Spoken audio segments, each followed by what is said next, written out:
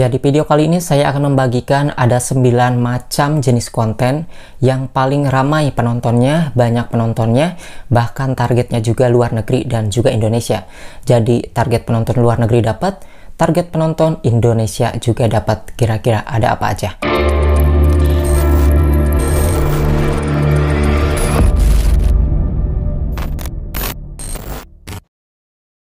Nah, di sini ada yang pertama yaitu jenis konten edukasi anak bermain ataupun jenis konten keluarga. Kita lihat ada channel YouTube yang bernama Juni and Family. Itu pernah di research oleh orang luar negeri bahwa channel YouTube ini itu adalah channel YouTube dengan pendapatan terbesar nomor 1 di Indonesia, bahkan Atta dan Ria Ricis kalah kalau dihitung dari segi pendapatan bersih dari AdSense doang. Kalau kita melihat dari konten ini, selain anak-anak yang bermain, tetapi juga ada orang dewasanya yang menunjukkan ataupun yang memberikan edukasi di dalam video tersebut. Jadi buat teman-teman yang mau bikin konten tentang anak-anak, usahakan itu harus ada orang dewasanya.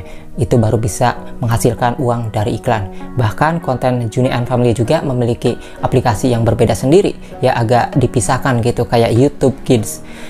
Ditonton di aplikasi YouTube Kids bisa, ditonton di aplikasi YouTube biasa juga bisa.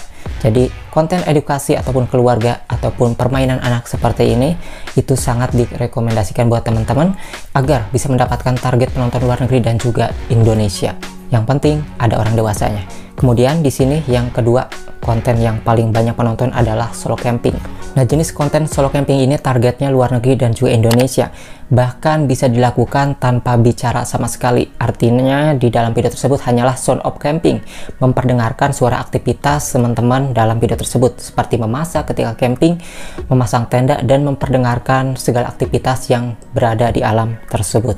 Jadi buat teman-teman yang kebetulan suka ya main ke tempat alam kayak gunung, air terjun, ataupun juga kayak ke sungai, nah ini bisa dijadikan pilihan sebagai jenis konten solo camping yang mendapatkan target penonton banyak dari luar negeri dan juga Indonesia, karena banyak sekali penontonnya yang jutaan teman-teman. Nah, yang ketiga ada jenis konten kuliner. Jenis konten kuliner ini banyak sekali diminati oleh para penonton Indonesia dan juga luar negeri. Ya, siapa sih yang tidak suka dengan makanan? Jadi banyak sekali orang-orang yang melihat ke channel YouTube dulu untuk melihat makanan yang disediakan di tempat-tempat tertentu seperti restoran A ataupun B, itu kira-kira makanannya seperti apa, enak enggak, dan segi harganya terjangkau atau enggak. Nah, kayak gitu tuh. Kayak channel istrinya Bang Denny Cagur. Dia adalah jenis konten kuliner yang bisa dijadikan pilihan buat teman-teman bagaimana caranya membuat konten kuliner agar menarik perhatian banyak penonton. Nah, kemudian yang keempat ada mukbang. Nah, mukbang ini penontonnya luar negeri dan juga Indonesia. Salah satu yang terkenal adalah Tan Boy Kun. Konten mukbang ini tidak selalu harus banyak banget ya. Yang penting kameranya ya bisa disesuaikan ataupun tempat makannya agak depan ke kamera sehingga kelihatan banyak. Jadi konten mukbang ini sebenarnya bukan berarti makan besar, tetapi makan di depan kamera. Jadi bisa dijadikan pilihan konten mukbang buat teman-teman yang pinter banget ataupun kuat banget makan banyak, itu bisa dijadikan pilihan. Tetapi konten mukbang tidak selalu adalah jenis konten yang harus makan banyak, enggak ya, tapi adalah konten yang makan di depan kamera. Karena banyak sekali nih orang-orang mencari konten mukbang ini untuk menemani ketika mereka sedang makan. Misalnya saya mau makan nasi padang, nggak ada teman, nggak enak nih makan sendiri. Nah, nontonlah channel Tan Boy Kun yang sedang makan nasi padang. Nah, itu artinya channel konten mukbang itu bisa dijadikan pilihan sebagai teman untuk mereka siapapun yang sedang makan. Kemudian yang kelima adalah konten masak di sini ya.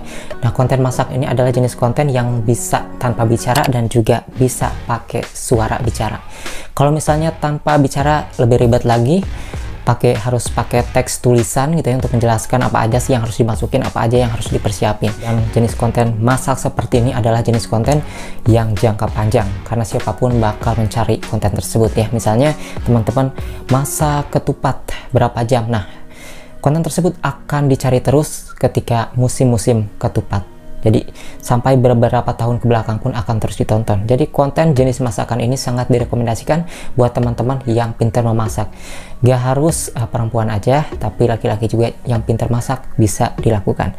Nah, kan banyak juga nih laki-laki ya yang jualan kayak aci gulung ataupun telur gulung, kan itu banyak yang jualan. Nah, bisa dijadikan ide bisnis agar orang-orang yang mau bisnis misalnya jualan cilung ataupun jualan makanan itu bisa dijadikan referensi ataupun pilihan buat teman-teman yang mau bikin konten tentang masakan ya, masak kue, maka masakan apapun bisa ya.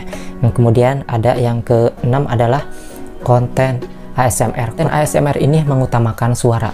Jadi kalau teman-teman lihat, nah konten ASMR itu banyak banget, kayak mencukur rambut. Suara ketika mencukur rambut itu adalah bentuk konten ASMR. Kemudian konten hujan, suara hujan itu juga kayak ASMR mirip. Ada juga konten yang menggunakan mic di depan gini, yaitu memainkan suara air, memainkan suara ketukan ya, gesek-gesek mikrofon, suara kresek. Nah, itu adalah jenis konten ASMR. Teman-teman bisa lihat ya jenis-jenis konten ASMR. Banyak sekali macamnya. Targetnya luar negeri dapat, Indonesia juga dapat. Karena untuk menemani orang-orang yang insomnia ataupun yang susah tidur. Karena mendengarkan suara-suara seperti itu enak banget. Kemudian yang ketujuh ada konten karaoke. Jenis konten karaoke bisa dilakukan tanpa bicara sama sekali. Jadi teman-teman hanya melakukan rekaman ya, membuat suara musik karaoke versi gitar ataupun piano. Kemudian setelah berhasil merekam ataupun merecord suaranya itu, teman-teman tinggal edit videonya dengan menggunakan lirik yang berjalan. Ingat ya, lirik yang berjalan. Kayak lirik lagu gitu, harus berjalan. Kalau misalnya liriknya diam, cuman judul doang, karaoke lagu ini, itu sulit dimonetisasi teman-teman ya. Jadi harus liriknya berjalan dan musik karaoke-nya hasil kalian. Kemudian yang ke-8 adalah berita. Nah, konten berita ini adalah jenis konten yang banyak ditonton luar negeri juga. Ini saya contohnya adalah konten berita artis. Kok bisa sih konten berita artis padahal bahasa Indonesia tidak bisa menggunakan bahasa Inggris? Tidak menggunakan bahasa Inggris kok bisa ditonton di luar negeri? Karena banyak juga orang Indonesia yang menetap ataupun bekerja di luar negeri yang melihat berita-berita di Indonesia, entah itu berita artis, politik, dan sebagainya. Jadi konten jenis berita ini bisa mendapatkan target penonton luar negeri dan juga target penonton Indonesia. Mengapa? Itulah pendapatannya bisa besar dan saya sudah mencoba itu. Kemudian yang terakhir, yang ke-9 adalah konten horor. Konten horor ini yang paling menarik adalah konten explore, penelusuran, dan juga konten jenis podcast. Teman-teman bisa lihat tuh ada Lentera Malam ya, Lentera Telusur, lalu ada juga RJL5 kayak Malam Mencekam ya, ataupun cerita-cerita podcast tentang kisah-kisah pendakian, kira-kira pengalamannya apa aja, dan kisah-kisah horor yang pernah mendaki. Itu adalah jenis-jenis konten horor, podcast horor, penelusuran horor, explore yang paling direkomendasikan dan paling banyak penontonnya, baik itu Indonesia ataupun target penonton luar negeri, karena banyak juga orang yang berada di luar negeri yang nonton di Indonesia ataupun konten-konten Indonesia gitu ya. Nah, mungkin itu dia 9 jenis konten yang paling banyak ditonton dan bisa kalian jadikan pilihan untuk membuat konten agar bisa mendapatkan target luar negeri dan juga target Indonesia. Semoga video ini bermanfaat buat teman-teman yang mau berkomentar ataupun bertanya. Silahkan tulis aja di kolom komentar.